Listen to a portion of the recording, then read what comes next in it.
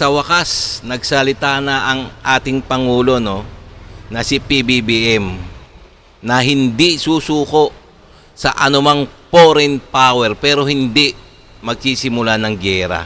Ayun ang pahayag ni Presidente PBBM sa kanyang talumpati sa Armed Forces of the Philippines. So itong ating bibigyan ng ng reaction video. Itong balita na to ay galing kay UNTV.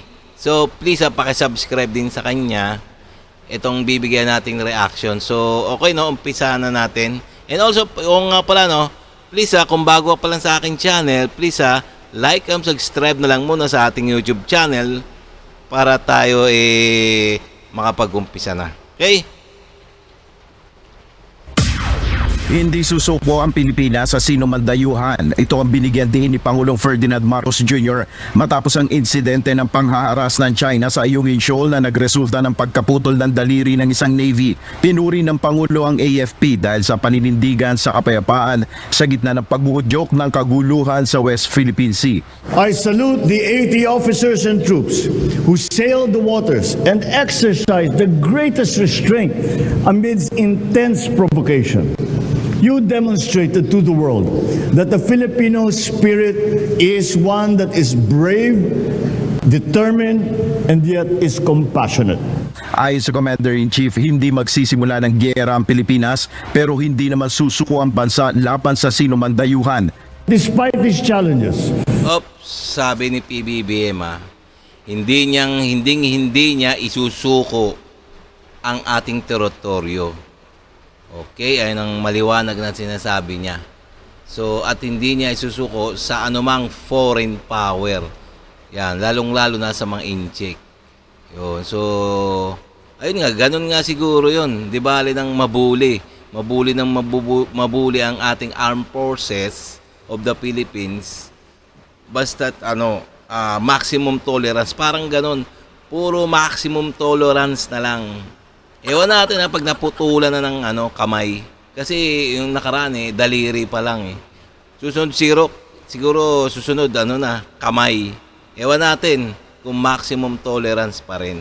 Pero maganda yung yung hangarin ni PBBM talagang hindi siya magsisimula ng giyera.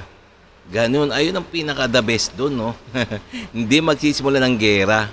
Basta't ipagtatanggol ang ating teritoryo at tiisin ang mga pambubuli ng mga Chino kasi nga hindi pa talaga tayo kaya hindi pa natin talaga kaya na labanan ang mga Chino. So nagpapalakas pa lang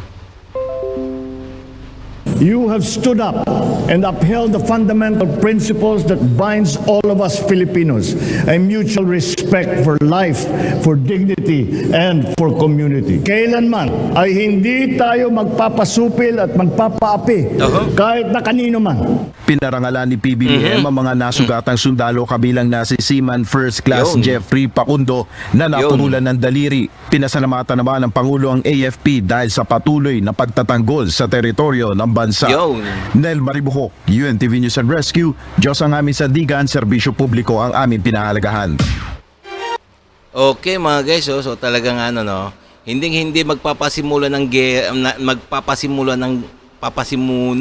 gera ang ating gobyerno na si PBBM, no.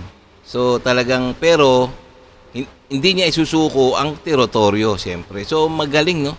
Magaling na presidente natin, no. So talagang diretso pa rin ang ating routine ng mga armed forces, routine, kumbaga resupply mission.